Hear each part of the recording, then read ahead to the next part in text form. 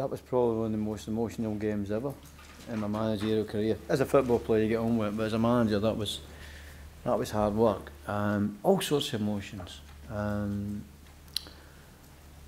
I've got to say that it was watching as I think I've seen, you've probably seen it. It's like watching a heavy boxer versus the middleweight. These guys are giants. They play at a different level to most of us, and we kept coming back. The strength and power and speed was hard to deal with, but they did it, and they keep coming back again. So I really, whatever anybody thinks about us as a group of players, I'll tell you one thing you can't do. You can't question the personality, character, commitment. That was beyond the call of duty times, because nobody in here or a supporter knows how hard it is to play against these players on a day like that. Lee Griffiths in his Royal Rovers moment. Well, my grandson was right, obviously. What he said, he said the finest player that ever lived. My grandson's here today as well. Yeah. So it has that, and then do you blame Stuart for the mistake? Stuart? Giving the ball away and the break out? Stuart? At the end. Stuart? Who was it? Stuart Armstrong? Yes. I didn't even see it. I know fine well, but he's done enough to be allowed a mistake. And he's been magnificent in 2 games for us, so don't blame anybody. I can't blame anybody for anything at that point. Annoying though, wasn't it? To get being that. Is it annoying?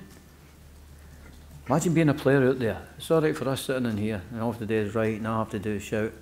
To be able to do that, it's annoying for them. So I can't be annoyed. It's annoying for them to do so much and have a result that could have been one of the best results ever. And I've also seen Scotland's best ever free kick, and then I see Scotland's second best free kick ever.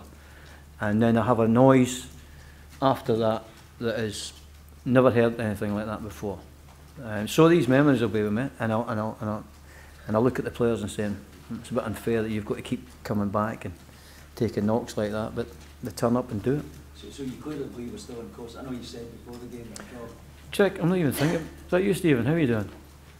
I'm not even thinking about that at the moment.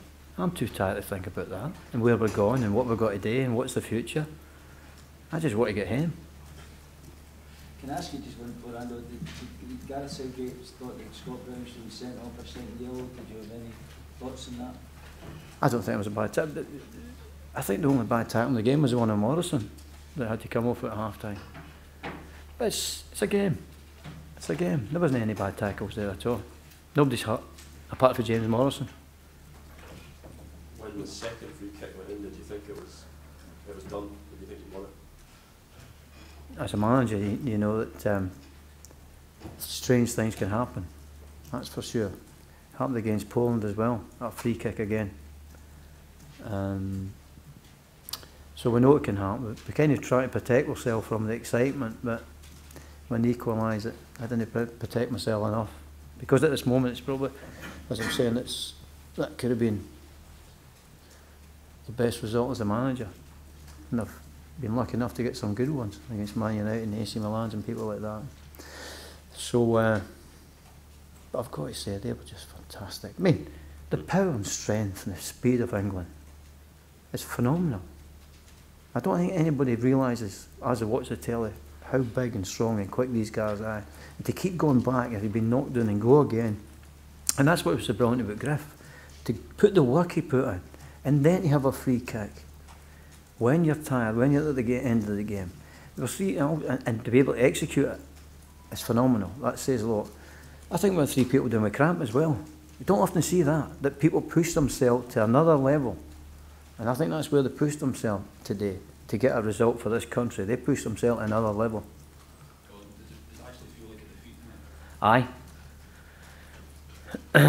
Yeah. Is that the worst thing about it? That, they were so close to it. Sorry, Robert. They were so close to it. Oh. And you're sitting there wondering. One pass, one there, one header, goes somewhere else, won the game. When the dust settles, do you think, you said before the game it was a must-perform game and a must-not-lose game, so should the players think that this is maybe a good result? To way England played in its strength, I realised it had to be even better than that in terms of a performance on a physical level and mental level that they took themselves. Listen, there'll be times where people would want us to pass better, but it's very hard to be under that pressure and put some good passes together. But I thought they got their second win started coming to the game again. And if you look at the game in the first half, we had maybe 5-6 chances to put a pass in that would have taken us up the pitch. And we never done that. But and then you have to try and get the ball back for the next 30-40 seconds. It's no easy. Gordon, Gareth Southgate described that performance from England as a huge moment. What do you think the significance of that performance is for Scotland going forward? As I said, I'm not in a thinking mood just now, and how we get on. I think all my thinking is left out in that touchline there. I think it all went. I'm trying my best to be coherent here. Maybe I'm not working at it very well, but it's very hard to think, as Chick asked earlier on, what are you thinking? I'm just thinking about getting home, have a cup of tea. Before we let you go, Mark McGee said he thought it was a must-win. You disagree with that? I'm assuming you're sticking to I wish we'd keep him away for press conferences. Okay, thank you. Ta. Before you go, when you said best ever free kick for Scotland, was that poetic license? I mean, can you think of free kicks of I can't. that quality? I really can't. Of all the years I've been watching Scotland, I can't remember. I remember great goals, really great goals, Kenny's goals and things like that, and Charlie Nicholas and things, and the 3-2 victory. I can remember, but actual strikes, and then to do it again. You know, and probably the tallest wall you could probably put up in European football today. And he went round them, to the side, over the top. He's a great character, you know, a wonderful character. Strange, but wonderful. Thank you. Ta.